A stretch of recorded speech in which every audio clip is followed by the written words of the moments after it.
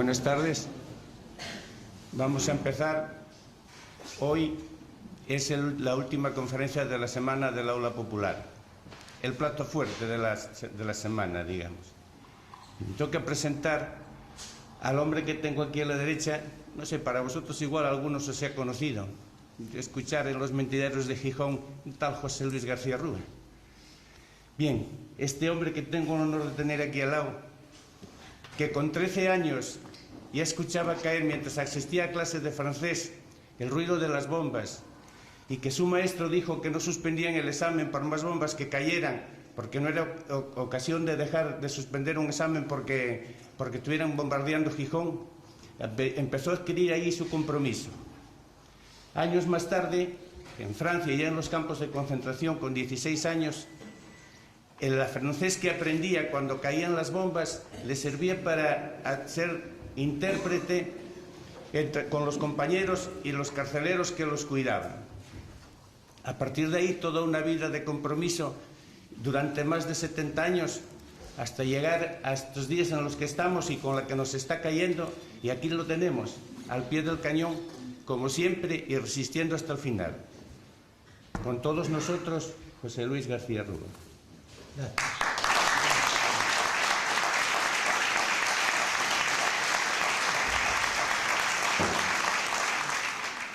Tengo que hacer mención de los que nos dejaron últimamente, en el último año, y hacer mención, por lo tanto, de dos hombres extraordinarios y extraordinarios también amantes del aula popular. Me refiero a Emilio José García Wiedemann y a Agustín García Calvo. A ellos dirijo las palabras que hoy pueda pronunciar.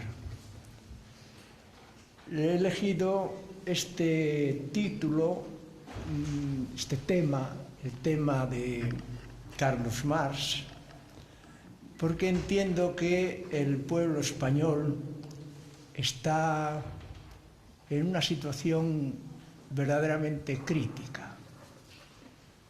Yo entiendo que el capitalismo está un poco en una situación de término o de cuasi término, y que la clase política no responde porque nació o se adaptó al capitalismo, y la marcha del capitalismo tiene también que suponer una transformación completa de lo que se llama organizaciones políticas y sociales. Elegido este tema es porque los que hicieron teoría revolucionaria anteriormente tuvieron una visión especial, una profundización de pensamiento, y a la vez no podemos dejar de decir, yo por lo menos, que cometieron algunos fallos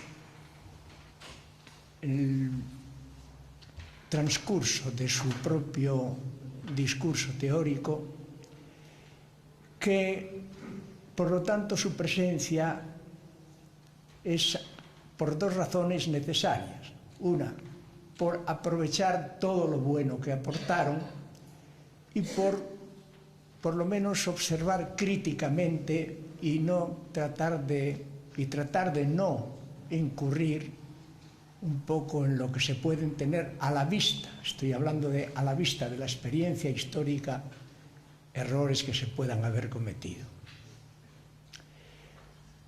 Esta es la razón de que me haya ocupado o haya propuesto yo para esta charla el tema de Carlos Marx.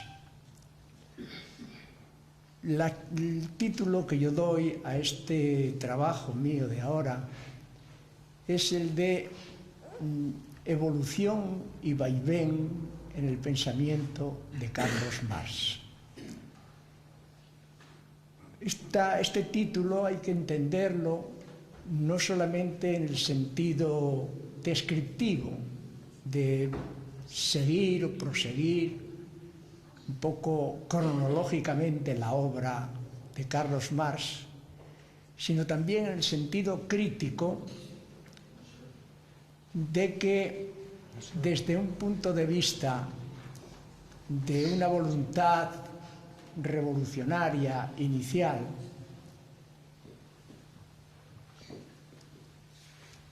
la evolución, propiamente hablando, no se mantiene sobre unos supuestos lógicos que traten de corregir pensamientos anteriores, tramos del discurso anterior del propio autor, sino que entiendo que es la variación, la vacilación y la inseguridad revolucionaria, de la voluntad revolucionaria, lo que va paso adelante y paso atrás, haciendo marchar, haciendo evolucionar el pensamiento de Carlos Marx.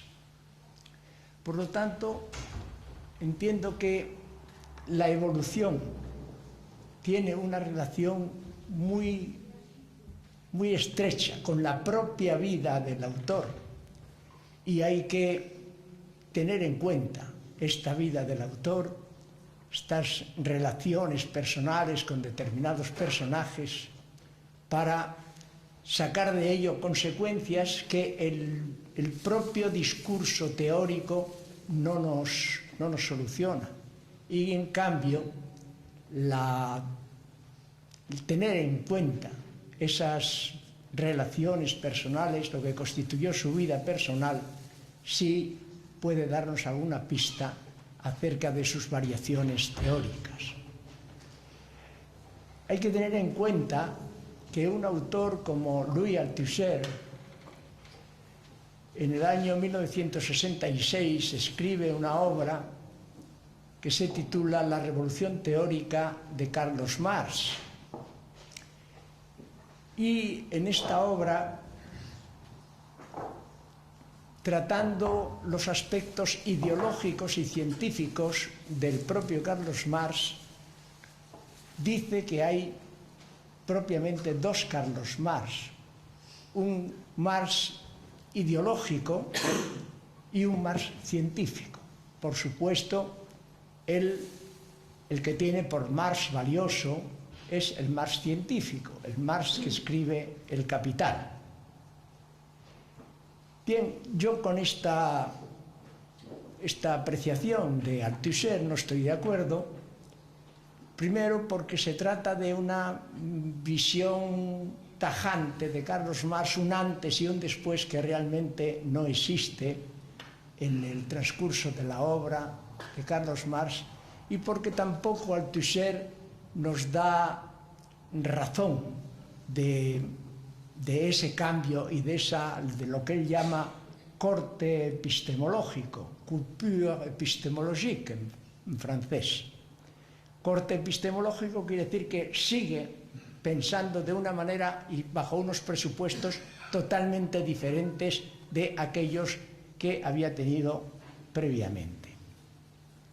En cambio, entiendo que hay otro autor, Martin Nicolaus, que escribe una obra publicada en Anagrama en 1973, se titula El Marx desconocido, proletariado y clase media en Marx, escenografía hegeliana y método.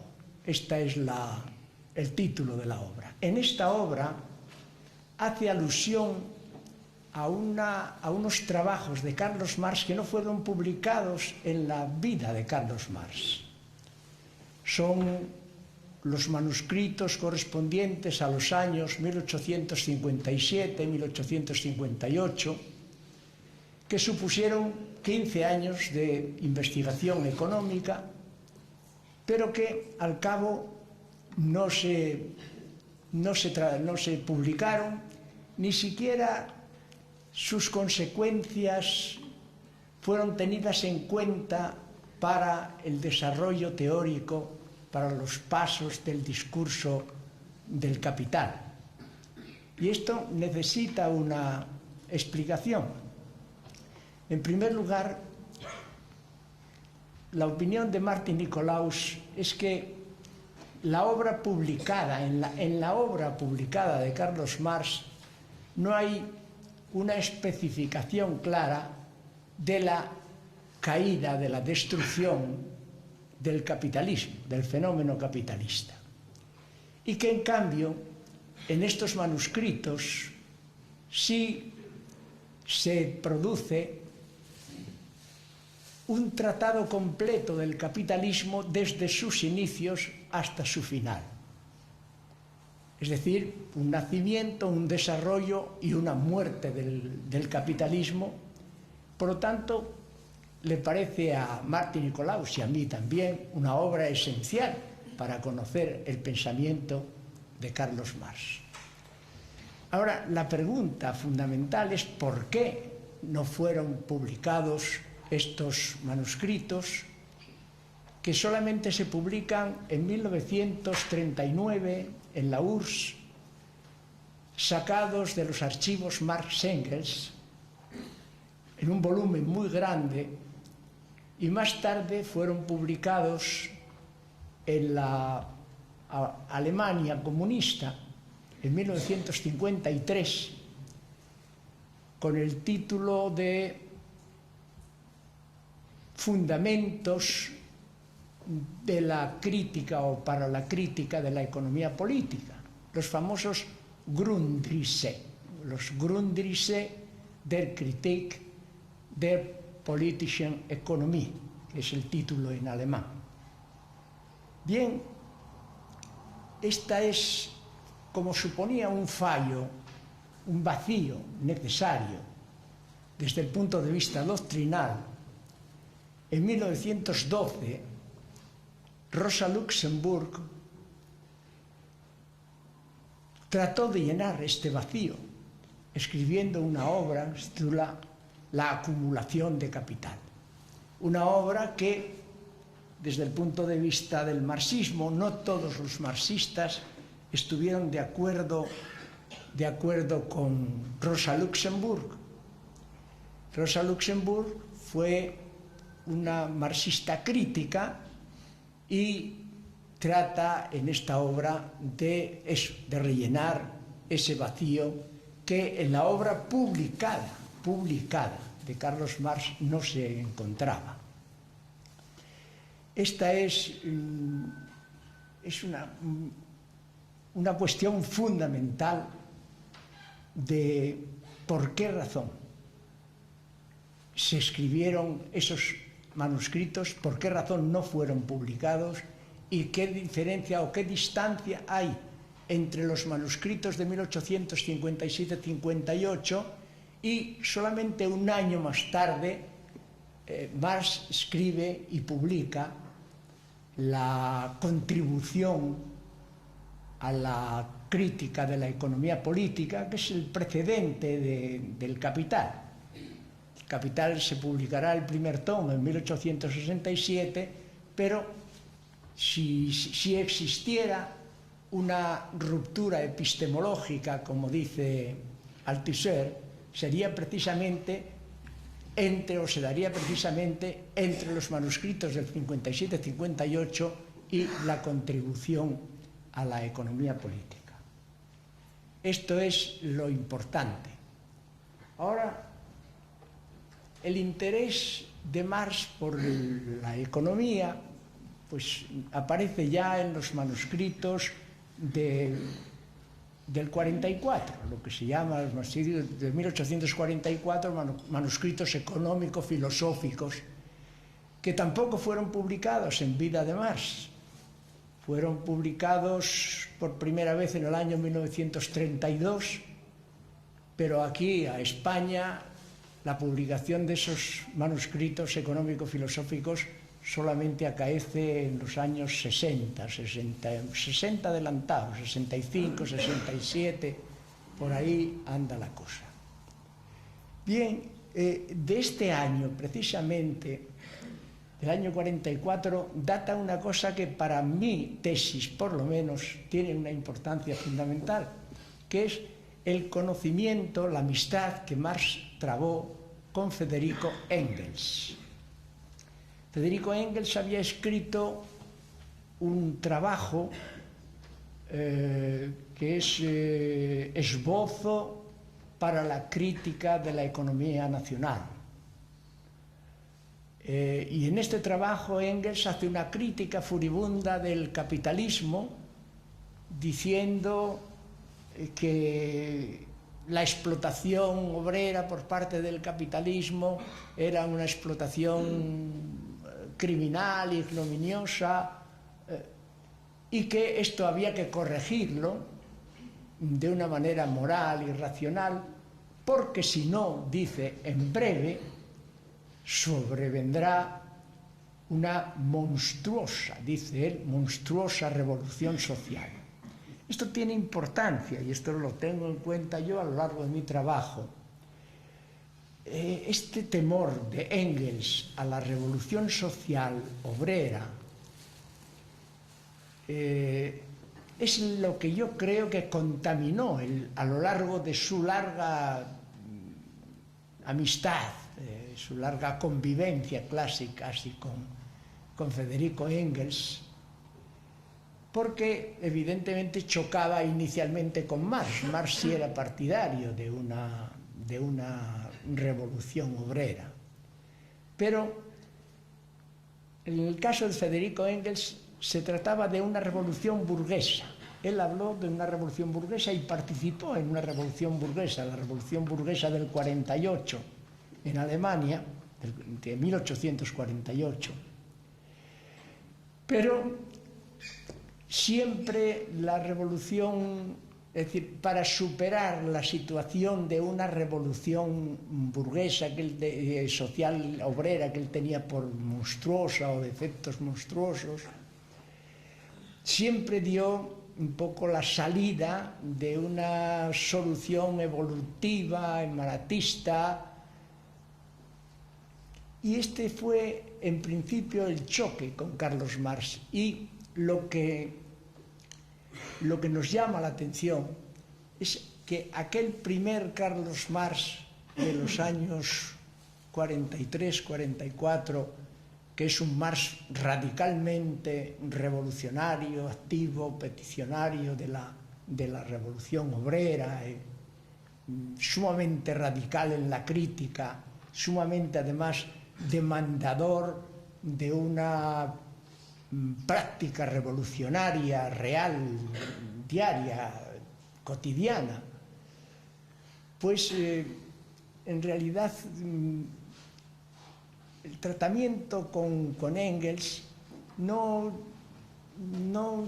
se derivaba de una especie de diálogo positivo, creativo, porque digamos que la estructura mental de Carlos Marx era bastante superior a la de Federico Engels, no podía recibir nada positivo, pero un tratamiento de larguísimos años, muy íntimo, muy familiar, muy estrecho, podía dar lugar, seguramente en mi opinión, dio lugar a una especie de coacción moral subconsciente que pudo haber influido, digamos, en el debilitamiento de la voluntad inicial revolucionaria del propio Carlos Marx. ¿Cómo pensaba Engels? Pues Engels, justamente del año 42, antes del 44, antes de escribir su esbozo de la economía nacional, Engels escribe un tratado que se titula Schelling y la revelación, Ahora, Schelling era un filósofo idealista, tuvo mucha relación con Hegel a lo largo de toda su vida y continuaron tratando de mejorarlo y de superarlo el idealismo trascendental de Immanuel Kant. Ya desde Kant hay el interés de completar este idealismo trascendental con un estudio de o con una dedicación teórica a la vida práctica. Por eso Kant, que escribe la crítica de la razón pura, junto a ella escribe también la crítica de la razón práctica. Es decir, el mundo de lo práctico empieza a tener interés para ellos. Schelling, por ejemplo, que suscribía el idealismo trascendental, pues se aplica a los estudios de química y de biología, como Kant se había dedicado a los estudios de mecánica. Esta forma de racionalismo, que es un idealismo que quiere ocuparse de las cosas prácticas, pero que no llega, es decir, quiere servirse, por tanto, de un aspecto material del mundo, pero tratado desde un punto de vista ideal, desde un idealismo. Esto da lugar a una especie de idealismo travestido que yo entiendo que acompañó la vida de Engels constantemente y que dio lugar a que Engels llegara a hacer un poco un materialismo dialéctico en el que Marx no quería entrar. Marx quería atenerse al materialismo histórico, pero a pesar de que se negó Marx a seguir y a tener en cuenta, en fin, esa universalización que Engels pedía en un tratado suyo que se llama La dialéctica de la naturaleza, donde sigue la filosofía de la naturaleza del propio Hegel, es un dato manifiesto de que no podía haber entre el Marx primitivo de voluntad revolucionaria cabal, no podía haber, digamos, un entendimiento claro y natural con aquella posición de Engels. Ahora, ¿cuáles fueron los comienzos de la acción revolucionaria de Carlos Marx? Hay tres obras iniciales que son fundamentales. Del año 43 escribe primeramente la crítica del derecho público en Hegel, donde dice que las diferencias civiles tienen poca importancia porque los ricos y los pobres eran políticamente iguales a partir de la Revolución Francesa. Se corrige unos meses más tarde en la cuestión judía, diciendo que lo que realmente tiene poca importancia es la política, y lo que tiene más importancia, y no se puede olvidar de ninguna manera, son las diferencias sociales en el seno de la sociedad. Y unos meses más tarde, ya entre el invierno inicial del año 43 y el invierno subsiguiente del año 44, escribe la crítica de la filosofía del derecho en Hegel, donde ya toma una posición claramente y decididamente revolucionaria. En primer lugar, las diferencias sociales son contradicciones de la propia naturaleza, de la propia sociedad, y el Estado, aquel Estado vanagloriado, exaltado por Hegel, es un Estado que pretende ser el cielo en la tierra, es un Estado absolutamente falso.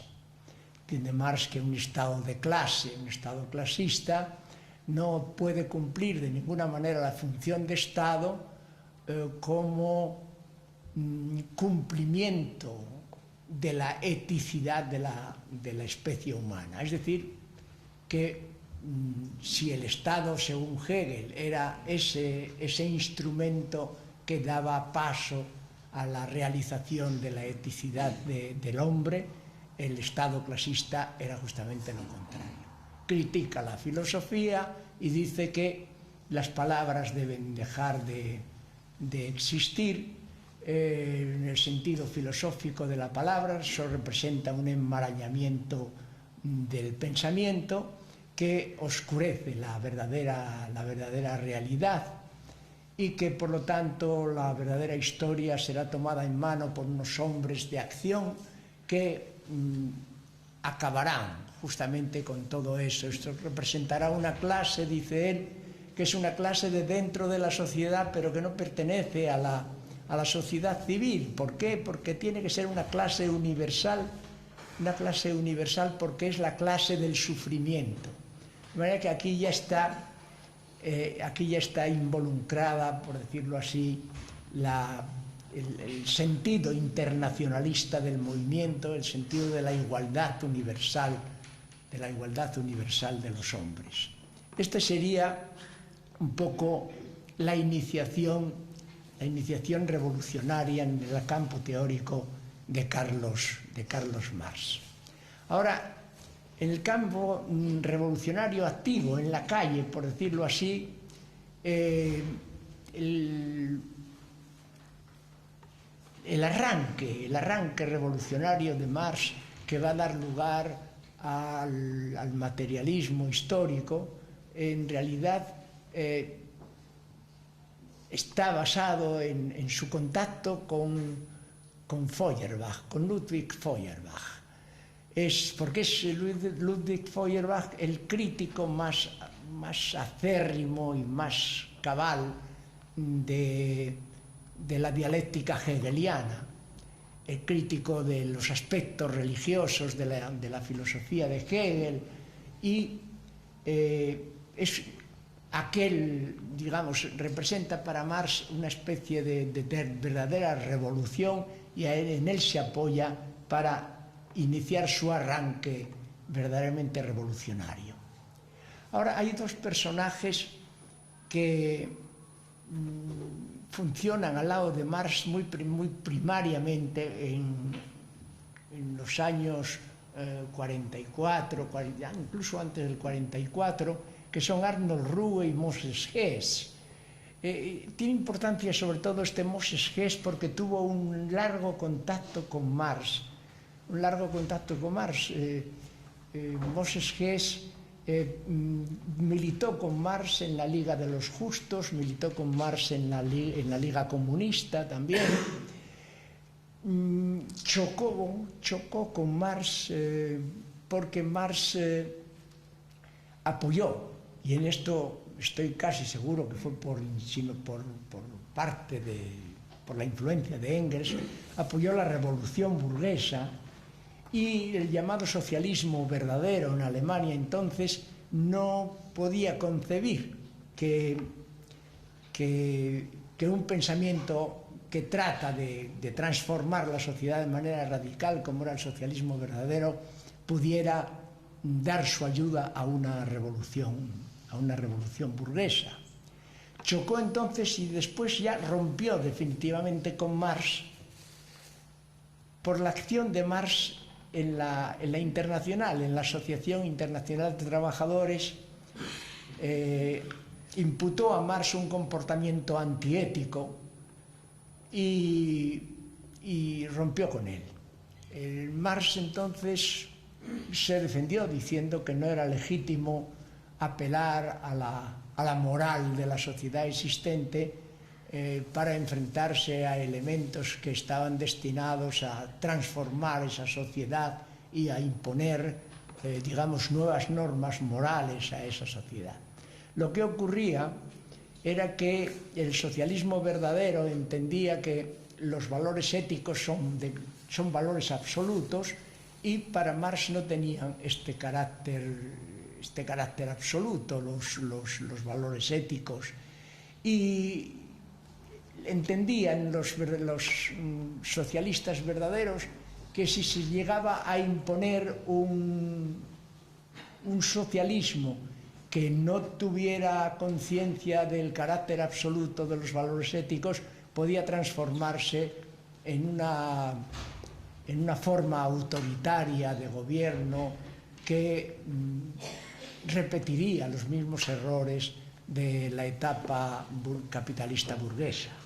Eso es lo fundamental. Sin embargo, Moses Hess siempre fue un admirador total de Carlos Marx, ¿no? Decía que Carlos Marx representaba el pensamiento más profundo y la ironía más consistente.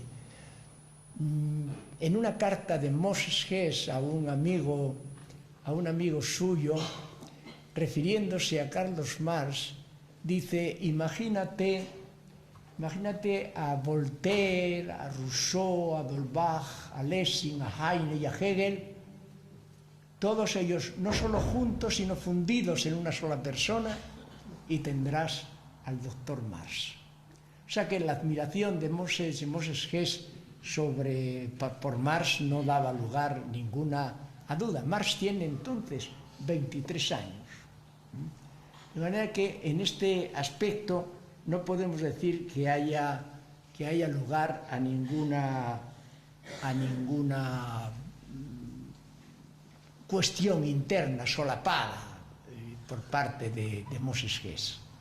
Bien, en el año 44 tiene lo importante desde el punto de vista teórico que sucede en Carlos Marx es su amistad con Proudhon, con Pierre-Joseph Proudhon. Aquí es donde, digamos, lo que había sido hasta entonces una especie de Marx libertario y que podía coincidir en muchos aspectos con el propio Proudhon, empiezan a desgajarse, y es donde yo, desde mi punto de vista, se empieza a ver claramente la influencia negativa de Engels en el pensamiento de Marx. Marx decía de Proudhon que era el hombre llamado a llevar el socialismo utópico al socialismo científico. Y desde ese punto le alababa en gran medida. Pero Marx tenía la idea de formar un grupo intelectual europeo que dirigiera prácticamente a la clase obrera europea y, por tanto, universal. En este sentido, en abril del año 1846, escribe una carta a Proudhon proponiéndole formar parte de ese grupo, un grupo, dice él, destinado a investigaciones de carácter científico y a ejercer una especie de vigilancia sobre los escritos populares acerca del socialismo, etc. En el mayo siguiente, Proudhon le contesta diciendo que no tiene ningún inconveniente en pertenecer a ese grupo, pero le pone en antecedentes de que él profesa un antidogmatismo casi total, casi absoluto en el orden económico. Y por otro lado, también el propio Proudhon le dice que hay que tener cuidado de no crear nuevos dogmatismos y, sobre todo, que ese tribunal no se convierta en una especie de jefatura de una nueva intolerancia.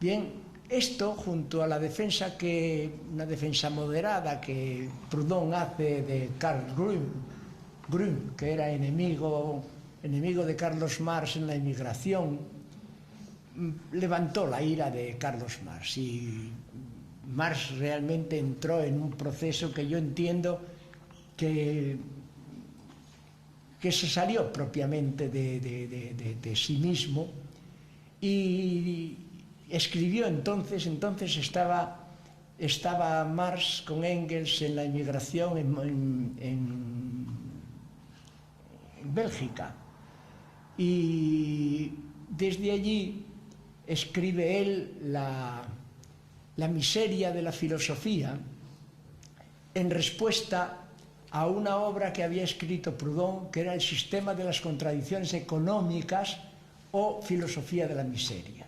Filosofía de la miseria Proudhon, miseria de la filosofía en Marx.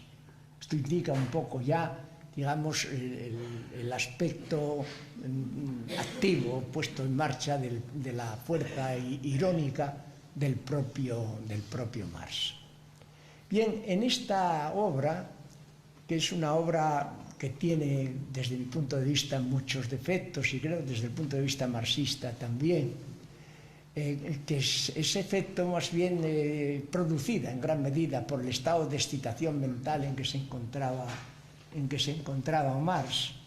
En esa obra, que arremete fuertemente contra Proudhon, sobre todo por una razón.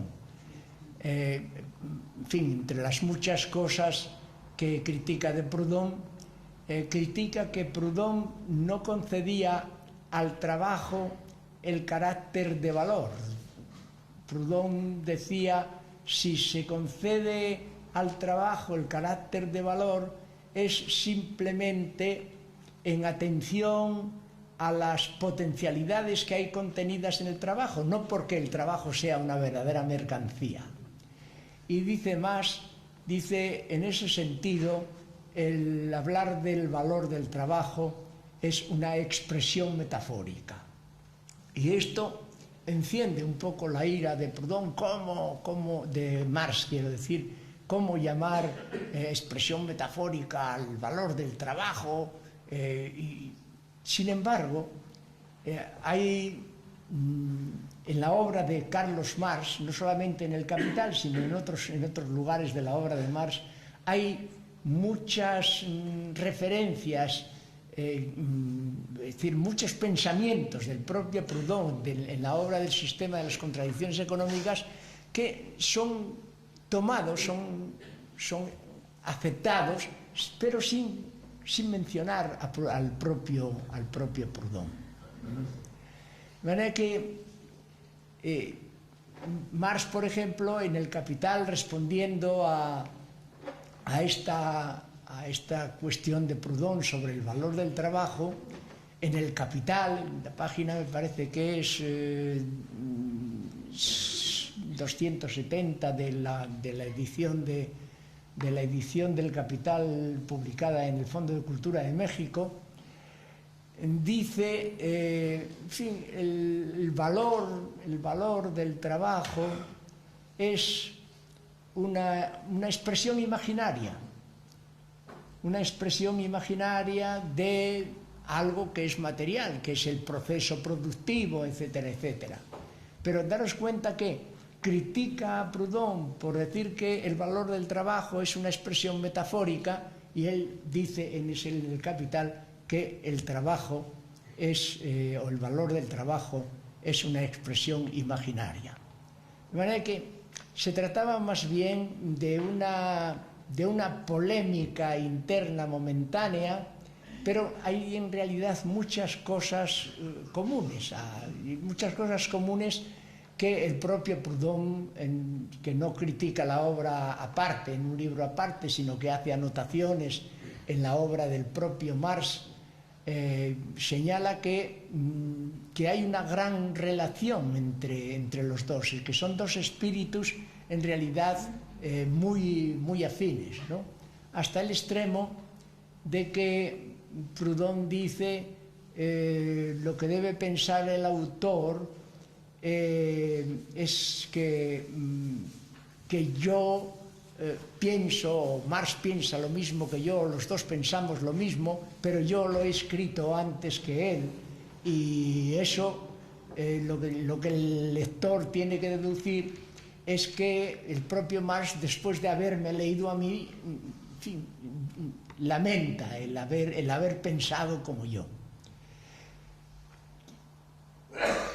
hay una gran semejanza y sobre todo yo la semejanza para mí la busco en un hecho material clave, y es que desde el punto de vista de la valoración de lo político, en la obra La miseria de la filosofía, Marx dice como objetivo la política es funesta, es rechazable, e incluso es un error como método. De manera que si rechaza la política como finalidad y rechaza la política como método, indudablemente hay una gran proximidad entre Proudhon y Marx. Bien, estamos en el año 47. La filosofía de la miseria de Marx es del año 47. Y en el año 47 hay otra obra importante de Carlos Marx. Marx en esa época pertenece ya a la Liga Comunista y escribe el Manifiesto Comunista.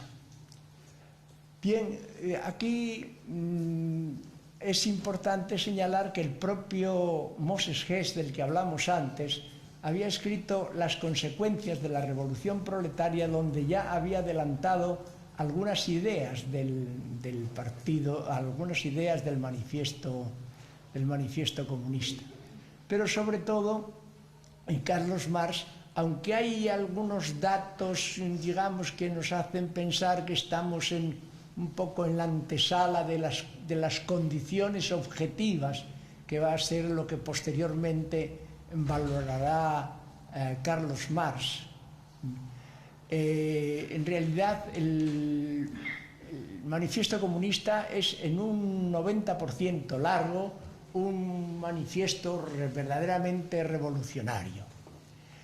Y en él se defiende ya al individuo no solamente, o mejor dicho, trata de defender al individuo sacando al individuo de las definiciones abstractas de que venía siendo objeto por parte de la burguesía.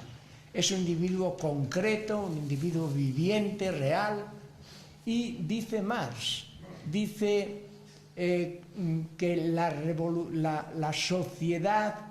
la sociedad posterior a la revolución que se haga será una sociedad donde el individuo, donde la realización personal del propio individuo es la condición esencial de la realización generalizada de todos los individuos.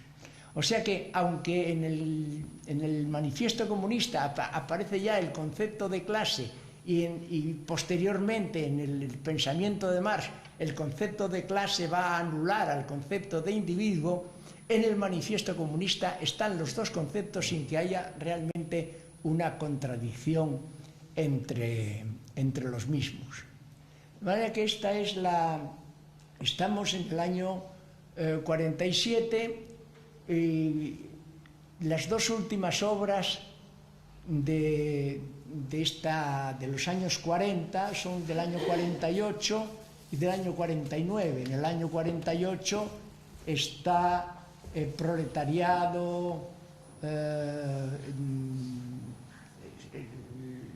Proletariado y... Perdón, estoy en ¿cómo se llama? Bueno, la otra obra es el juicio sobre el cambio social y sobre el cambio económico. Bien, en estas dos obras Carlos Marx trata ya los pensamientos de carácter económico, por ejemplo, el concepto de valor de trabajo, el concepto de valor de uso, valor de cambio, el concepto de mercancía, el concepto de lo que llamaban la ley de bronce, que era una manera de obtener un salario acomodada a la pura subsistencia del obrero. Aquí, en esta situación, es importante también tener en cuenta una cosa, y es que el concepto de alienación, que en Hegel había tenido un carácter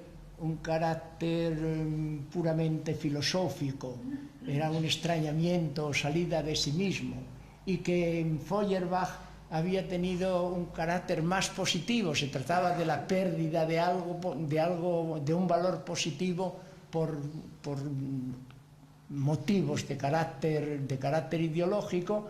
En Marx el concepto de alienación es ya un concepto claramente económico. Es una Entfremdung, si era una Entäuserung, una salida de sí mismo, un extrañamiento. En él es una Entfremdung, y Fremd en alemán significa extraño, significa enemigo, de manera que ya la alienación en Marx significa ya una rapiña, significa un robo económico, y tiene todas esas características. Ahora, lo más importante es la aparición, estamos en el año 48-49, luego aparecen obras importantes, ¿entiende? Está en el año 51, tiene el 18 de Brumario de Napoleón Bonaparte, pero en fin, es una obra circunstancial. Desde el punto de vista teórico no añade nada a la cosa. La que añade realmente algo importante son los manuscritos de los años 57-58 de los que hemos hablado. Bien, vamos a hablar entonces de estos manuscritos. Estos manuscritos siguen exhibiendo el espíritu revolucionario de Carlos Marx. Y lo siguen exhibiendo a pesar de que a partir de los años 50 Marx ya no cree en la inmediatez de la revolución. Ya a partir de los años 50 Marx se sale de la Liga de los Comunistas, y Marx empieza a criticar abiertamente al comunismo. El comunismo, o los comunistas, para él son hombres que están llevados por un espíritu subjetivo, voluntarista, que no responde a la realidad. Un espíritu voluntarista y subjetivo que se enfrenta a las condiciones objetivas de su propio pensamiento. Y por lo tanto está en contra de esa situación. Esto es una situación personal nueva en Carlos Marx, que en realidad tiene su origen en el fracaso que tuvo la revolución del año 48 en Alemania, en la que él tomó parte juntamente con Engels. La revolución del 48 supuso pues prácticamente el fracaso de todo lo que ellos llamaban el Vormärz. Es la revolución burguesa que se enfrentaba a la Confederación Nacional del Norte alemana, que era una confederación regida por Prusia, y que en realidad detrás de todos ellos estaban los Junkers, estaban los grandes latifundistas prusianos. Bien, esta revolución acaba naturalmente fracasando. No fracasa en un día, fracasa en un tiempo más continuado, pero no llega al año y acaba totalmente fracasando. Marx entonces vuelve otra vez a la emigración, y todos los hombres que se habían aprestado a esta revolución prácticamente quedan un poco desamparados, desasistidos moralmente del pensamiento revolucionario. Curiosamente, en esto hay que tenerlo en cuenta, porque esta este acercamiento de Marx a la revolución burguesa, este entender por Marx que la revolución burguesa era necesaria como una etapa anterior a la revolución proletaria, algo que él había recibido de un historiador, de Wilhelm Schultz, que hablaba del carácter necesario del desarrollo histórico. No se compadecía muy bien con la marcha de los asuntos revolucionarios en Francia. En Francia había habido también una revolución del 48 en el mes de febrero. Y esta revolución del 48, que se había opuesto a la monarquía de Luis Felipe, instala la Segunda República. Y parecía una revolución, digamos, completa. Hay que tener en cuenta, por ejemplo, que de esta revolución Proudhon había sido posteriormente diputado a Cortes en la revolución, pero los obreros de Francia habían reclamado entonces del propio sistema inaugurado que se hicieran los talleres nacionales, que eran una especie de talleres autogestionados.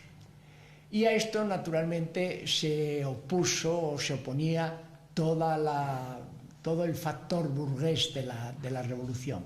Dio lugar entonces a una represión masiva del general Cavaignac, que sembró de cadáveres las calles de París. Bien, desde entonces el proletariado francés no quiso saber nada de ninguna clase de coalición con la burguesía. Pero Marx siguió insistiendo, a pesar del fracaso de la Revolución del 48 en Alemania, siguió insistiendo en esa necesidad de apoyar el movimiento burgués como previo a la revolución proletaria. Esto es lo que va dando lugar después a la negativa de Marx a la creencia de que la revolución pueda tener un carácter inminente y a toda la crítica de la que acabo de hablar realizada sobre el comunismo y el Partido Comunista en general. Bien, en esto hay que tener en cuenta una cosa, y es la labor de Engels. Pensar que Engels estima que entre la burguesía y el proletariado no debe haber un antagonismo, o, en todo caso, dice, el comunismo está por encima del antagonismo entre el proletariado y la burguesía. Naturalmente, esto desde el punto de vista revolucionario era absolutamente inaceptable. Engels decía que él había ganado para el comunismo a una cantidad grande de cabezas burguesas y que pensaba seguir haciendo proselitismo en el campo burgués. Bien, todo esto naturalmente llevaba a un reconocimiento racional de que ello suponía un aburguesamiento del propio comunismo.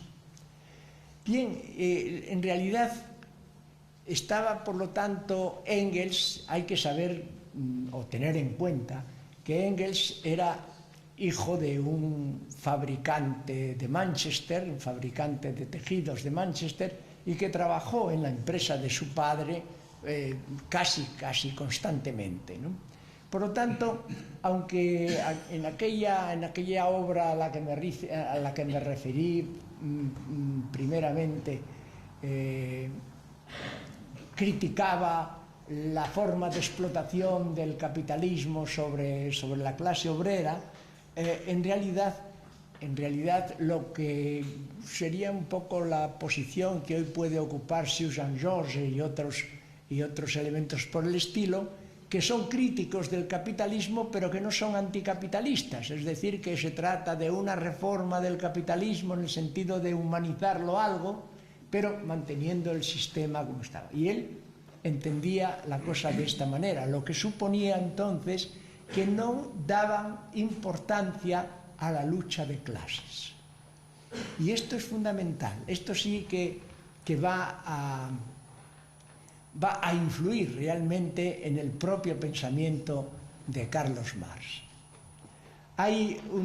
Esta lucha de clases, por influencia con Engels, va dejándose sentir cada vez menos valorada en el pensamiento de Carlos Marx, y llega a convertirse prácticamente en una pura palabra, en fin, algo que tenga un valor latente, una entidad latente, más que un hecho real. Por ejemplo, esto aparece sobre todo cuando Marx empieza a querer dar el paso a lo que podríamos llamar el método científico de su pensamiento. Bien, en un momento en que trata de definir si la economía política puede ser una disciplina científica o no, dice que la economía política tratada por los burgueses no puede ser nunca una ciencia. No puede ser nunca una ciencia, dice, porque ignora, primero, trata al capitalismo como si el capitalismo no tuviera alternativa de ninguna clase, y segundo, ignora un componente fundamental del capitalismo, que es la clase obrera.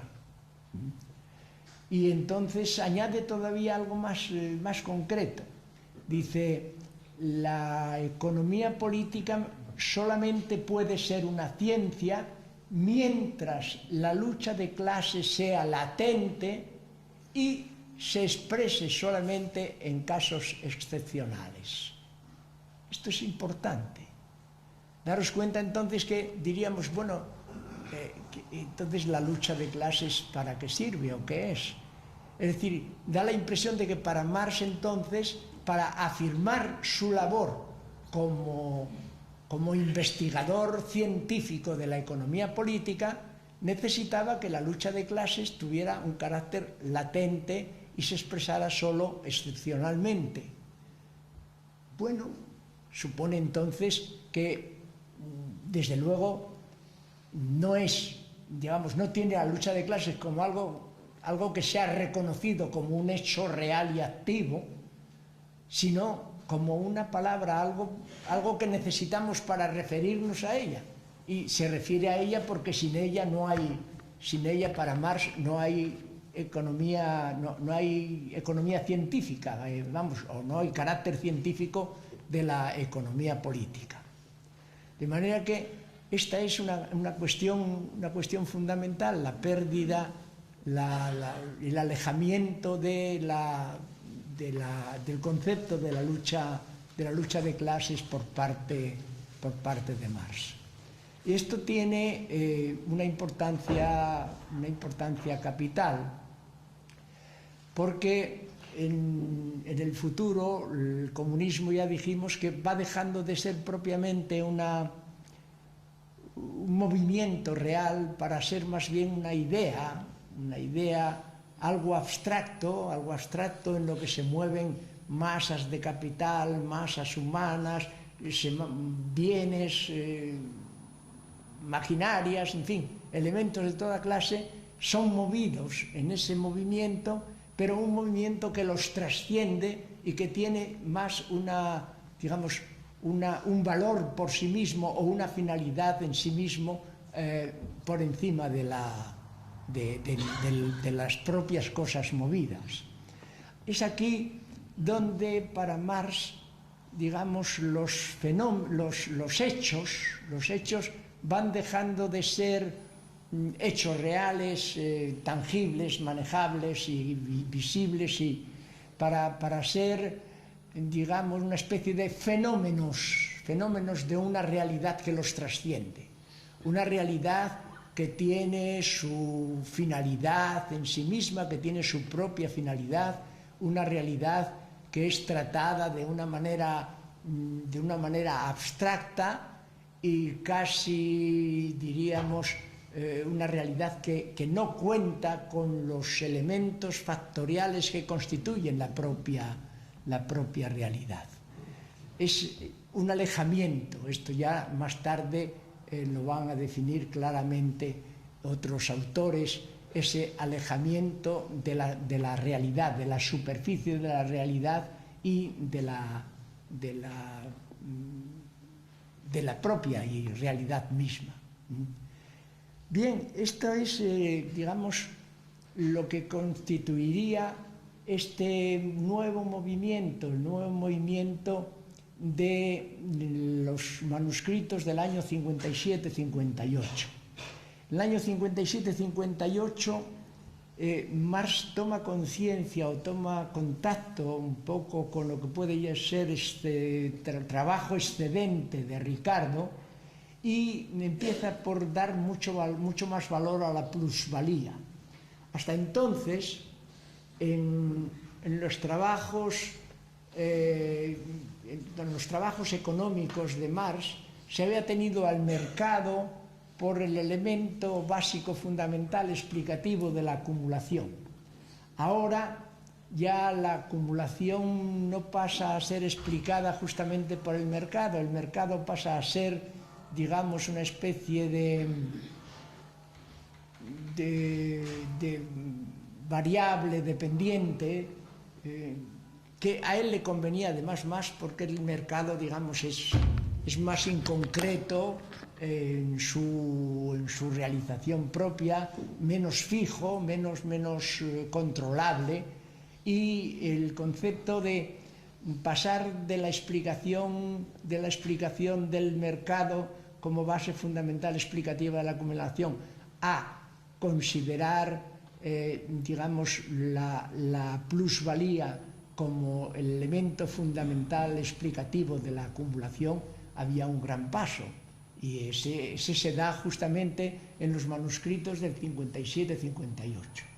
Es decir, que daros cuenta que los manuscritos del 57-58 están a un año del trabajo al que aludí ya, que era la contribución a la crítica de la economía política, que era el precedente del Capital. Hay un año de diferencia nada más. Y sin embargo, un año de diferencia es fundamental, es radicalmente diferente ya la manera de pensar en uno y en otro. Daros cuenta que la acción revolucionaria tiene una importancia para Marx, una importancia capital en los manuscritos del año 57-58. Mientras que esa acción revolucionaria de las masas ya no va a tener un valor a partir de la contribución a la economía política y al propio capital. Entonces, ¿qué sucede? Sucede que hay dos formas diferentes de contemplar el fenómeno capitalista. Hay una especie de análisis que podríamos llamar análisis anatómico, que da lugar a una concepción magistral del capital, realizada en la propia obra que lleva por nombre El Capital. Y, en cambio, el análisis propio de los manuscritos del 57-58, el análisis de los Grundrisse, es más bien un análisis fisiológico, es decir, un análisis donde se tiene en cuenta el movimiento real. Daros cuenta que, por ejemplo, en El Capital no se refleja la influencia que los movimientos obreros tienen en las alternancias de estrategia del capital. Es natural y, digamos, es algo visible para cualquiera que sigue el movimiento obrero, cómo el capital se va adaptando o va cambiando según los movimientos sociales obreros se van manifestando de una manera o de otra. Pues bien, tal cosa no existe en el capital y sí existe, en cambio, como cosa fundamental en los manuscritos. hay algo fundamental también diferente, y es que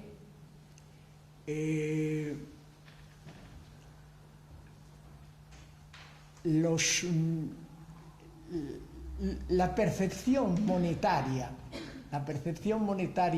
anterior que Marx había tenido en cuenta era la ley de bronce que le venía un poco de la actividad teórica de Rosbertus, por un lado, y que coincidía enteramente con el concepto de ley de bronce que tenía, por ejemplo, Fernando Lassalle, que era un enemigo político suyo dentro del pensamiento socialista alemán. Pero la idea era más todavía, es decir, mientras Lassalle entendía que los salarios de los obreros debían mantenerse en un nivel de consumo estricto de subsistencia, Marx decía más que eso todavía. No solamente tienen que mantenerse, sino que ese nivel, en vez de mantenerse como tal, es decreciente, o sea, va siendo cada vez más bajo. Esa es la posición que últimamente además va a seguir manteniendo incluso en el Capital. Pero en los manuscritos del 57-58 dice una cosa importante.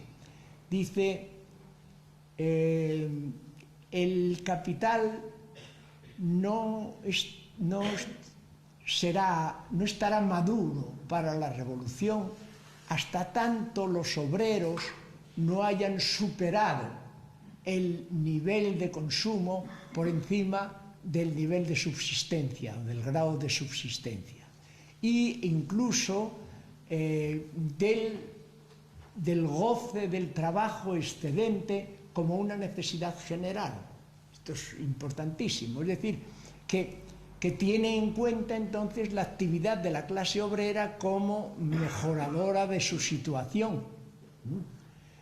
Y también de esta época es otra afirmación en la que dice que es contra Malthus, por ejemplo, que es una idea absurda la de creer que el trabajo excedente solamente puede ser consumido por los sirvientes y no pueda ser consumido por la propia clase trabajadora. Es decir, que así como en el Capital no se tiene en cuenta los efectos que la lucha trabajadora tiene en los cambios de estrategia del capital, aquí en lo que podríamos llamar análisis fisiológico frente al análisis anatómico, sí se tiene en cuenta fundamentalmente eso. Claro, la razón es que se ha dado paso, es decir, ha tomado contacto con la teoría del excedente de Ricardo, ha sustituido el mercado. El mercado deja de ser ya la base fundamental explicativa de la acumulación para ser, digamos, el productivismo en general, y esto es una acentuación de lo que podríamos llamar el economicismo en la teoría de Carlos Marx. Bien, daros cuenta que todo esto sucede en el año 58, esos manuscritos no se publicarán, quedarán en la penumbra hasta 1939, como dije, pero por otro lado, estos manuscritos tienen una importancia fundamental en el desarrollo de la teoría revolucionaria de Marx. Sin embargo, un año más tarde, como os decía, en la contribución a la crítica de la economía política, Marx dice que el capital solamente sucumbirá cuando por sí mismo se agote.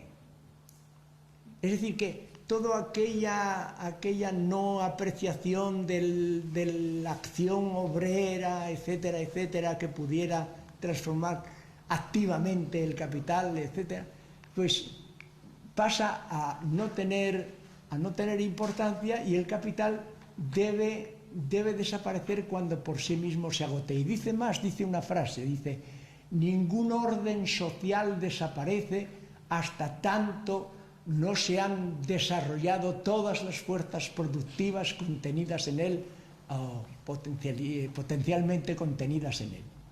De manera que, según esto, y desde el punto de vista propiamente obrero, pues vamos a echarnos a dormir hasta que el capital desaparezca por sí mismo, se agote y tal. Y quiere decir que desde el punto de vista de la acción revolucionaria hay un cambio radical entre los manuscritos de 1857 y el capital, y vamos, la contribución a la economía política y el capital mismo. Esto es, digamos, una distancia fundamental. Aquí es donde hay que explicar, o habría que explicar, esto ya necesitaríamos más tiempo para justificar si es el concepto de acumulación mismo el que le permite a Carlos Marx decir que el capitalismo se va a agotar por sí mismo una vez que haya una concentración muy grande de capital, y que esa concentración muy grande de capital en forma de monopolio suponga un empobrecimiento absoluto de la clase trabajadora. Esto para él sería el dato definitivo a partir del cual se produciría. No dice tampoco cómo se produce ni cómo se produciría, dice que este es el momento del cambio cualitativo, pero no dice de qué manera. Es decir, si ha de haber una acción revolucionaria, de eso no habla en absoluto. Parece como si desapareciera, es decir, se acaba un sistema y empieza otro, de una manera absolutamente mecánica. Es en realidad, hay una situación que no se contiene en la teoría de Carlos Marx, que es justamente qué pinta la acción humana. La acción como acción humana pinta realmente poco. Es decir, pintaba mucho en el primer Marx, en el Marx joven, en el Marx de los manuscritos y en los Marx hasta los años 50. Pero en cuanto a partir de los años 50 empieza a tenerse en cuenta las condiciones objetivas y el concepto de realidad deja de ser un concepto de realidad propia para ser un concepto puramente abstracto, a pesar de que Marx, digamos, diga lo contrario con palabras, pero el hecho cabal si es este. Entonces nos encontramos con esa situación, precisamente, esa situación en la que no vemos cómo lo que predominan son las condiciones objetivas. Ya el hombre no tiene por qué cambiar, el hombre no se trata de un cambio del hombre, se trata del cambio de las condiciones objetivas de carácter económico.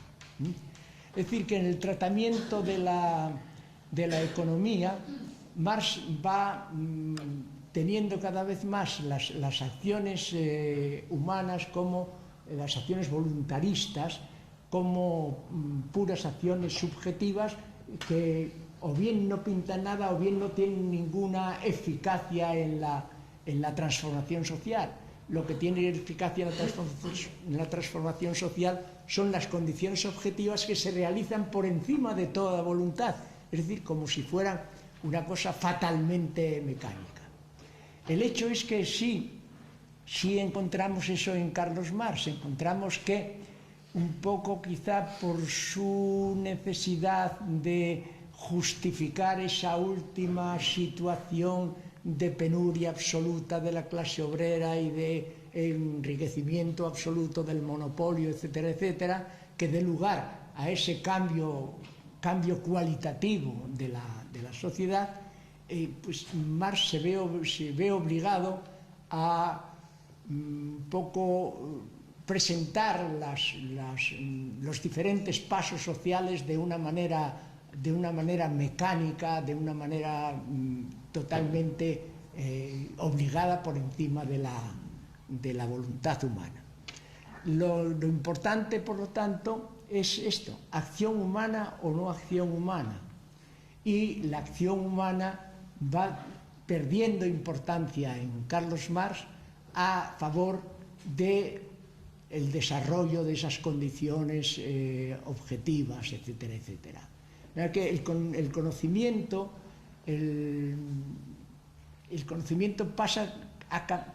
cambia completamente en la posición de Carlos Marx. Lo que había sido, digamos, un conocimiento con base en un conocimiento real, con base en una práctica revolucionaria, pasa a ser un concepto de conocimiento obtenido por reflexión con arreglo a una metodología de carácter científico y con arreglo a esto, pues esa metodología, como es ya de carácter científico y en fin, es de valor absoluto, es, por decirlo así, infalible, ¿no? Es científica, en una palabra, pues ya entonces se convierte en una teoría que se permite considerar a la teoría revolucionaria no como una investigación de la acción revolucionaria de las masas, para ser una investigación destinada a dirigir desde arriba a las propias masas. Es decir, lo que suponía dejar de convertir a las masas en sujeto revolucionario para convertirlas en un objeto revolucionario manejado por un pensamiento exterior a ellas, lo que supone necesariamente una cosificación de las propias.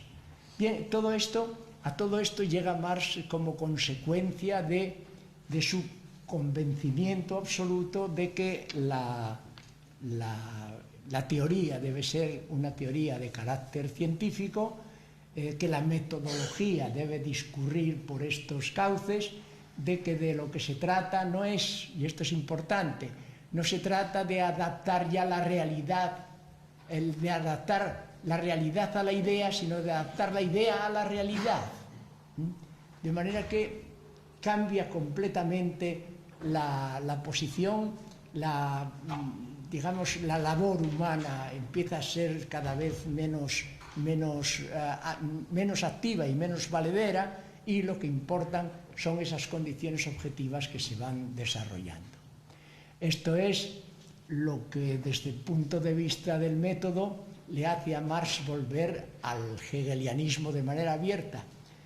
Bien, Marx y Hegel nunca, aunque en la segunda edición del primer tomo del Capital, Marx dice que su método no solamente es diferente, solamente es distinto del de Hegel, sino que es contrario al de Hegel. Seguramente dice esto porque habrá tenido unas críticas a la propia publicación del primer tomo, pero en realidad la vuelta a Hegel es una cosa manifiesta en el propio Marx, y que, por ejemplo, Georgi Lukács, por ejemplo, exalta y no solamente reconoce, sino también lo exalta, ¿no?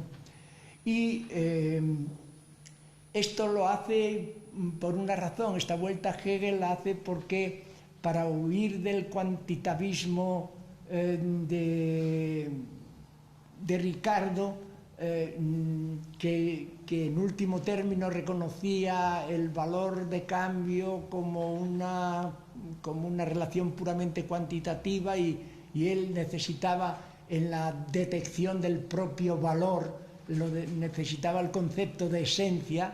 Entendía que para alcanzar el concepto de esencia necesitaba un nuevo método, y que Hegel le ofrecía este nuevo método. En realidad, con el nuevo método hegeliano, lo que se hace es acentuar, digamos, el economicismo en Marx.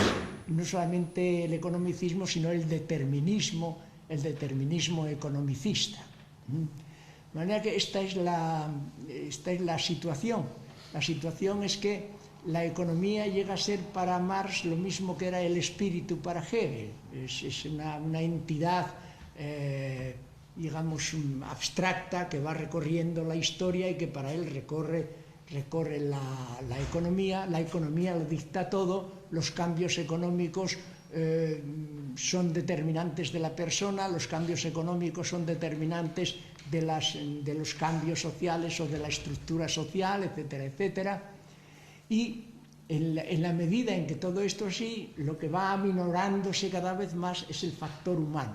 Es decir, que aquel Marx humanista de los primeros tiempos va dejando paso a este Marx científico que va, digamos, eliminando el valor progresivamente de la persona humana para conceder el valor sobre todo a estas condiciones objetivas que por sí misma y de manera fatal se van desarrollando. De manera que el método es fundamentalmente un método hegeliano, el que acaba prevaleciendo en el escrito del Capital, del Capital y de la contribución a la economía política. Y es realmente, digamos, una gran pérdida para el pensamiento revolucionario de Carlos Marx.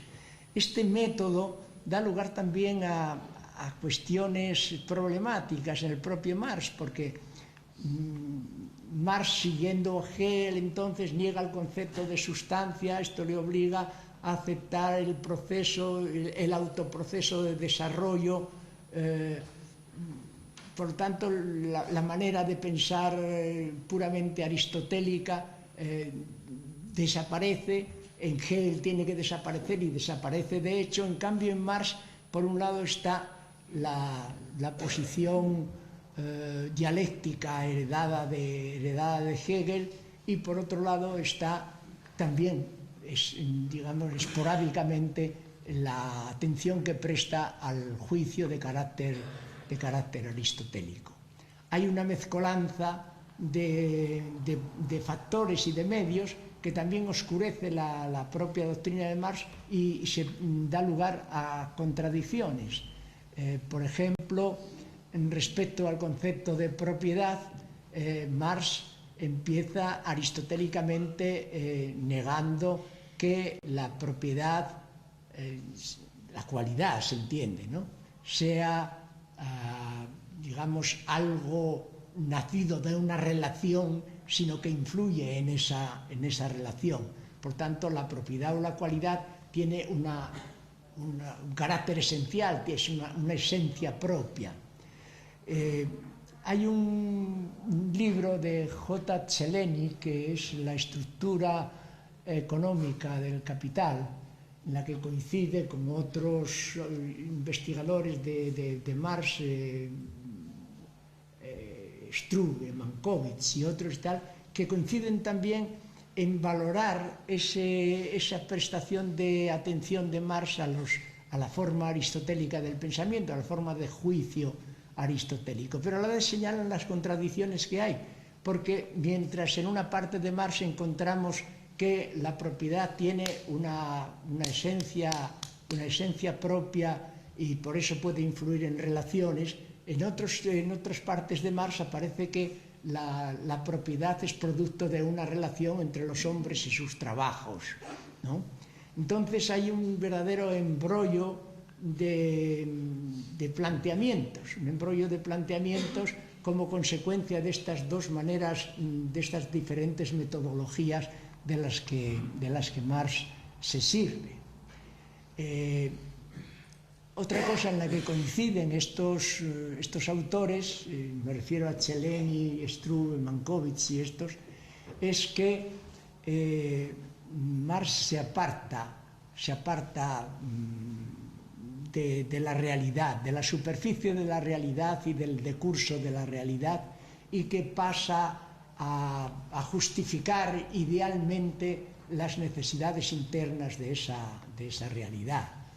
Y por lo tanto sería ya un Marx que pretende, por un lado, atender a la realidad y atender a los hechos reales y a los hechos en sí mismos como tales, y por otro lado está en, digamos, su apartamiento de ellos, que además el propio Marx justifica en una parte no recuerdo si es, me parece que es en parece que es en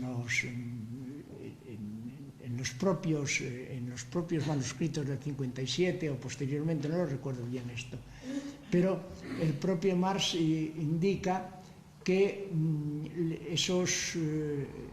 esa separación entre la realidad y lo que piensa es el producto de una cabeza pensante, dice él, que no hace nada más que interpretar el mundo de la única manera que puede ser interpretado. Es decir, que la abstracción es algo normal, a lo que hay que atender o en lo que caemos siempre, pero naturalmente hay una diferencia entre una forma de abstracción que sigue teniendo en cuenta el contacto con la realidad y una forma de abstracción que se aparta completamente de la realidad y empieza a operar por sí misma. De manera que esto es también importante.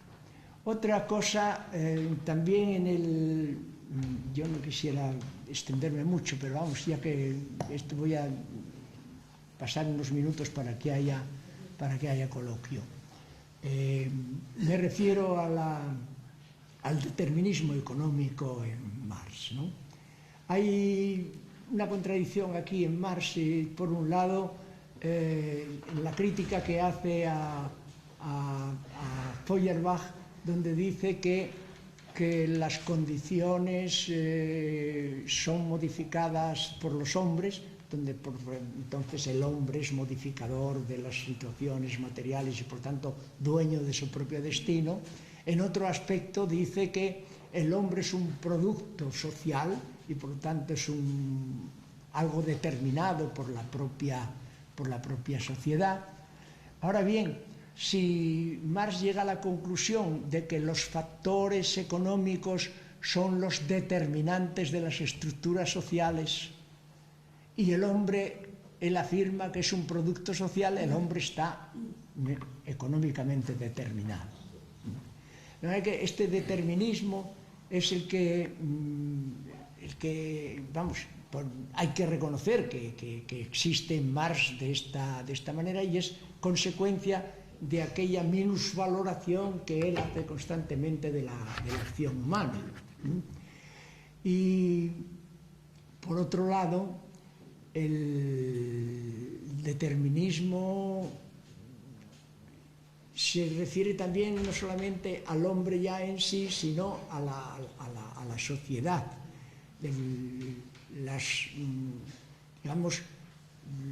Las condiciones sociales o las fuerzas productivas determinan las relaciones de producción y las relaciones de producción determinan la estructuración social con todo lo que conlleva en el orden superestructural, ¿no?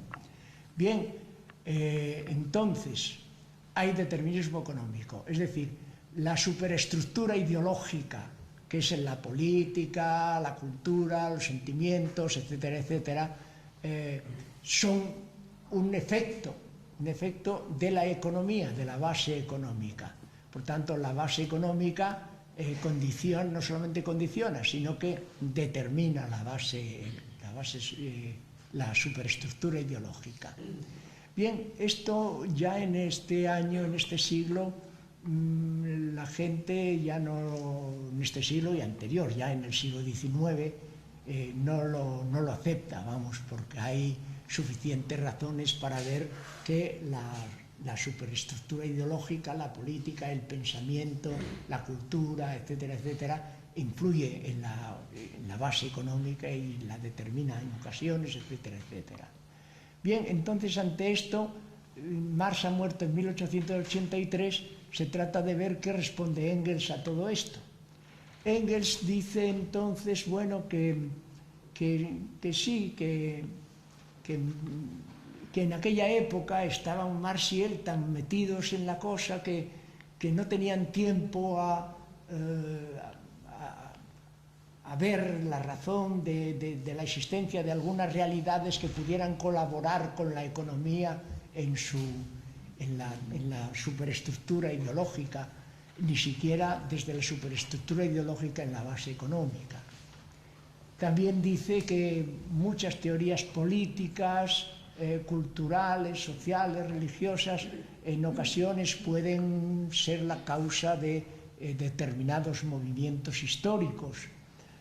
Bueno, pero no satisfacen las respuestas de Engels, porque no son respuestas propiamente a lo que se le pregunta. Y entonces ya se decide a dar una respuesta explicativa y dice que la base económica, la infraestructura económica determina la superestructura ideológica, pero que una vez establecida y hecha y construida la superestructura ideológica, a su vez reinfluye en la base económica, transformándola. Y a esto Max Weber le dice, bueno, ¿y eso por qué no puede decirse al revés? ¿Por qué no puede decirse que la base económica determina la superestructura ideológica determina la base económica y que esta, una vez establecida y tal, a su vez reinfluye en la... Claro, a esto Marx, Engels no sabe responder. En fin, los marxistas posteriores no entendían que esto no era una respuesta, la respuesta de Engels no era una respuesta marxista, no la aceptaban y seguían ateniéndose un poco a la posición primitiva. La superestructura ideológica es creada por la base económica y tenían que añadir algo nuevo. La base económica se cambia a sí misma, por ejemplo, en el caso de Lukács, lo cual ya daba lugar a duda, ¿no? Por qué Marx no había sido nunca partidario de la identidad de los contrarios, y para llegar a esta afirmación lukácsiana había que afirmar justamente la identidad de los contrarios, ¿no? Bien, a esta explicación de Lukács se oponen los estructuralistas diciendo que una estructura no puede desaparecer por sí misma nunca, siempre tiene que desaparecer por la influencia total o parcial de otra estructura exterior a ella. Y entonces Maurice Godelier hace una explicación y dice que lo que es que la infraestructura económica no es una y compacta, sino que se compone de subestructuras, que hay una subestructura que son las fuerzas de producción y otra subestructura que son los modos, medios y relaciones de producción. Y lo que ocurre es entonces que la subestructura, fuerzas de producción, influye sobre la subestructura, modos, medios y relaciones, transformándola. Y entonces que es así como la base económica se transforma a sí misma. Esto es una tontería por parte de Maurice Godelier, porque si el principio estructural es que ninguna estructura puede cambiar por sí misma, sino solo por la influencia de otro, en este caso, el que una subestructura es una parte del todo económico, y por tanto es el todo económico el que se cambia a sí mismo, y por tanto se niega eso. Y hay otra cosa también que no tiene en cuenta Maurice Godelier, y es que las fuerzas productivas son los trabajadores. Y los trabajadores, los obreros, viven tanto en el campo económico como en el campo ideológico. Es decir, por un lado producen y por otro lado piensan y tienen sus relaciones.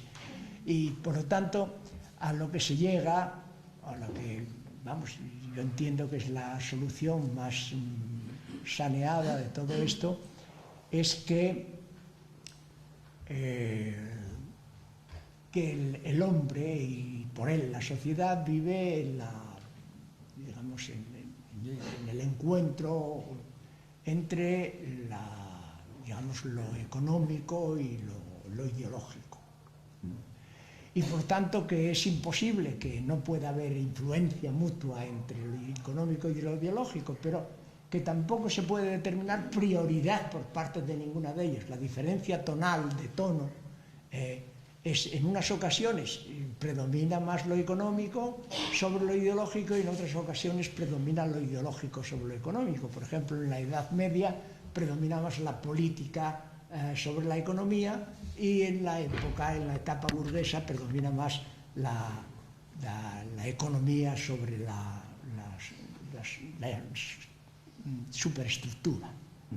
Que esta es lo que yo entiendo que es la situación, y ahora, si me lo permitís, damos paso al Bueno, se abre el turno de preguntas. Si alguien quiere hacer alguna aportación o preguntar algo. Tenemos 3 ediciones del manifiesto, ¿no? En el manifiesto queda expresado claramente 3 ediciones del manifiesto. Que la transformación social se realiza a través de la lucha de clases. Se ve en el manifiesto, se ve que la lucha de clases, a través de un análisis histórico, hace la transformación de la sociedad. Pero en ese manifiesto hay 3 ediciones. La segunda edición contradice algunas de las cuestiones que se afirmaban en la primera. Y en la tercera edición hay también una contradicción de afirmaciones que hacían en las anteriores. Y yo llego a la conclusión que todo eso cambia porque cambian las condiciones objetivas, y las condiciones objetivas no pueden ser nunca deterministas. Las condiciones objetivas las transforma el ser humano, las transforma el movimiento obrero. O sea, las condiciones objetivas son transformables a través de la acción humana. Ese es el tema que yo entiendo, ¿no? Y después quería otra cosa más. Es que después de las ideas revolucionarias, más o menos cambiantes y demás, viene después una realidad. Viene la revolución. O sea, se experimenta. El marxismo se pone a través de la Revolución Soviética, por ejemplo. O sea, Lenin hace una interpretación de Marx para llevar a cabo la Revolución Soviética. Es una experiencia histórica, ahí está, ¿no? Luego hay otra experiencia histórica que más o menos es determinista, que es la de la socialdemocracia, cómo opera y operó la socialdemocracia y en qué situación estamos ahora. Porque yo creo que hay unas condiciones objetivas que no tienen nada que ver con los anteriores, que están totalmente, o sea que la acción cambia las condiciones objetivas. Las ediciones del manifiesto son ediciones ¿de qué fechas? Bueno, en el 847 fue la primera, ¿no? Sí. 2 años o 3 después, hacia el 50. ¿Cuánto? Hay una segunda edición. En el 50. Eso está realizado por un socialista español que llevo ya por la Zagoitia, y en él analiza las 3 ediciones del manifiesto. La acción humana cambia las condiciones al mismo tiempo que también el ser humano sufre también organizativamente y socialmente profundos cambios también. Las transformaciones de las que me hablas se acomodan a los cambios de los que yo hablé del propio Marx a lo largo de su propia vida. Es decir, que si en vida de Marx se hacen ediciones de obras anteriores y quiere acomodarlas a la nueva situación, hay que tener en cuenta también cuál fue el cambio de pensamiento del propio Marx, ¿no?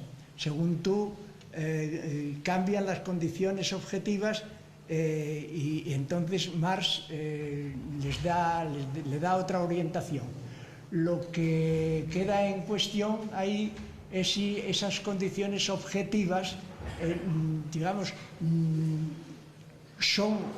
han sido fruto un poco de la propia interpretación del propio Marx, de su valoración frente a las situaciones reales de la acción obrera, y entonces estamos en la misma situación de la que yo parto y en la que yo me estoy desarrollando. Es decir, que el pensamiento de Marx va cambiando. Va cambiando, tú dices va cambiando porque van cambiando las condiciones objetivas. ¿Qué es el cambio de las condiciones objetivas? Las condiciones objetivas existen previamente en el capital, solamente que hay una valoración de ellas de una manera en una parte de Marx y hay una valoración de ellas en otra parte de la vida de Marx. esta es la situación. Esto es lo que también da lugar a la diferente valoración de la acción humana por parte de Marx. El Marx que considera la acción humana como base de una revolución transformativa y la que considera que la acción humana debe atenerse a las condiciones objetivas que se van formando, digamos, a partir del desarrollo de las estructuras del propio capitalismo. Hay, sin embargo, otra cosa importante que yo quería hablar de ella, pero en fin, no ha habido tiempo, que es la relación de Marx con el socialismo alemán. El socialismo alemán es un socialismo sui generis. Marx llega a llamarlo, en el manifiesto comunista, llega a llamarlo socialismo feudal. Y socialismo feudal porque era una acción de las fuerzas más reaccionarias de Alemania en favor de los obreros para oponerse a la burguesía. Es decir, que hay en Alemania la creencia, en principio, de que hay unas necesidades de carácter político, social y unas necesidades de carácter económico, y que van por dos caminos diferentes. Y esto era contrario a la mentalidad alemana. La mentalidad social alemana, en fin, formada por Fichte y por Hegel, hablaba de una explicación conjunta de todo. Y esto coincidía mucho más con el propio espíritu alemán, que en aquella época busca la unidad de la nación alemana. Esto da lugar entonces a ese socialismo feudal, es decir, un socialismo que lo que quiere evitar es que haya una alianza de obreros y burgueses en contra del latifundismo, por ejemplo, de los Junkers prusianos. Y esto no solamente existe por parte de Bismarck, sino también por parte de Rothbertus, del profesor Carlo, del socialismo de cátedra, de la escuela histórica. Todos ellos coinciden en la necesidad de que el Estado intervenga en las cuestiones económicas y que la clase obrera reciba una protección frente al liberalismo representado por el capitalismo. Esto en el caso del marxismo, el caso de Carlos Marx. Después de que Carlos Marx tuvo su acción en la Asociación Internacional de Trabajadores, después que chocó con Bakunin en el Congreso antes del Congreso de La Haya, ya en el Congreso de Basilea, ya triunfa la posición bakuninista de la colectivización de los medios de producción, a la que era contraria él, y lo que da lugar a que después haga la conferencia de Londres y para ello tome contacto con los socialistas alemanes para tener una fuerza superior y poder echar prácticamente de la Asociación Internacional de Trabajadores a Bakunin y compañía. Hay una cosa importante ahí, y es que la acción de Engels y de Marx en esa tarea busca no solamente la eliminación del sector bakuninista, sino que lo que busca es el cambio de estatutos, y cambia el artículo 8 por el cual la clase obrera debía de participar ya en los parlamentos, meterse en la política, etcétera, etcétera. Bien, esto es lo que ya da lugar a una derivación del marxismo que desde mi punto de vista está muy en relación con toda la evolución que va sufriendo Marx desde mi punto de vista por influencia de Engels, pero que llega a la conclusión de que necesitan tratar con el llamado socialismo alemán. Por supuesto, cuando se habla de socialismo alemán no se habla del socialismo verdadero, con el que ya había ruptura porque los socialistas verdaderos alemanes no querían ninguna clase de contaminación de carácter político. Pero aquí de lo que se está buscando es de hacer una media. Cuando Kohle, por ejemplo, en la historia del socialismo, dice que el socialismo alemán es un socialismo revolucionario de carácter burgués, que está influido por un imperativo de carácter filosófico, etcétera, etcétera, señala claramente cuál es la esencia, digamos, de lo que constituía el socialismo alemán. De manera que cuando Marx se decide a tomar contacto con el socialismo alemán, trata de buscar una media de todos esos socialismos y encaja, por decirlo así, en ello. Es decir, que el paso a la política que por lo tanto ya está negando aquella posición de la que yo hablé de Marx en la miseria de la filosofía, en donde está en contra de la política como finalidad e incluso como método. Ahí ya se da ese paso, pero al darse ese paso, digamos, yo lo llamo el paso socialdemocrático de Carlos Marx, que se realiza en la mayor parte de eso después de la muerte del propio Carlos Marx. Carlos Marx muere en el año 83 y todos estos ya se empieza ese paso socialdemocrático en vida de Marx, pero sobre todo en la muerte de Marx. Bien, pues todo esto, de todo esto hay que deducir que ese socialismo, digamos, parlamentario al que se accede, deja de ser un socialismo de carácter revolucionario. Es claramente ya un socialismo reformista, de manera que el paso de ese reformismo al reformismo revisionista de Bernstein, por ejemplo, no hay ningún paso forzado, se da de una manera natural.